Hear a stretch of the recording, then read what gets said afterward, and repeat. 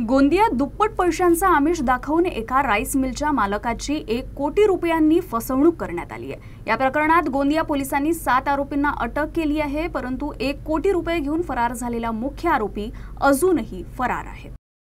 हा संपूर्ण प्रकार गोंदिया जिल्ह्यातल्या आमगाव तालुक्यात उघडकीस आलाय।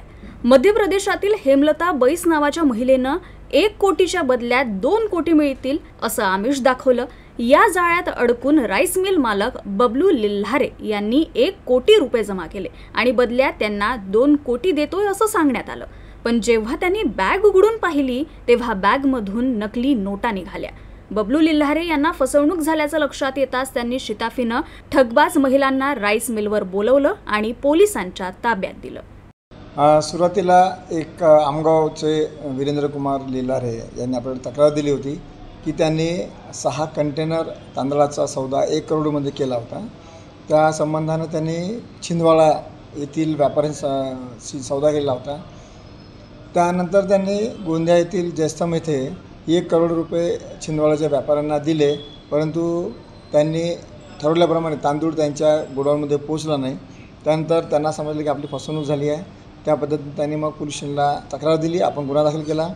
ह्या दरम्यान गुन्ह्याच्या तपासात एकूण 6 आरोपी अटक झाले। त्याच्यामध्ये गुन्ह्यात वापरलेली गाडी पण जप्त केली। गाडीच्या आपण जेव्हा झडती घेतली त्यामध्ये एक सूटकेस आणि त्याच्यामध्ये लहान मुलांच्या खेळण्यातील 50 ते 55 500 रुपयाच्या नोटा मिळून आल्या। या प्रकरणात पोलिसांनी लोकेशन ट्रॅकिंगवरून 7 आरोपींना अटक केली असून सुमारे 7 लाखांचा मुद्देमालही जप्त केलाय। मात्र व्यापाऱ्यानं ही रक्कम काही राजकीय नेते आणि जवळच्या मित्रांकडून जमवली असल्याचं पोलिसांच्या तपासात स्पष्ट झालंय। त्यामुळे आता पैशाचा स्रोत शोधणं हे पोलिसांसाठी प्राधान्य असल्यानं आता तपासाची व्याप्ती ही वाढू शकते। त्यामुळे व्यापारी बबलू लिल्हारेच्याही अडचणी वाढू शकतात। पोलीस जसजसं अधिक तपास करतील तसतसे नवीन खुलासे होऊ शकतात।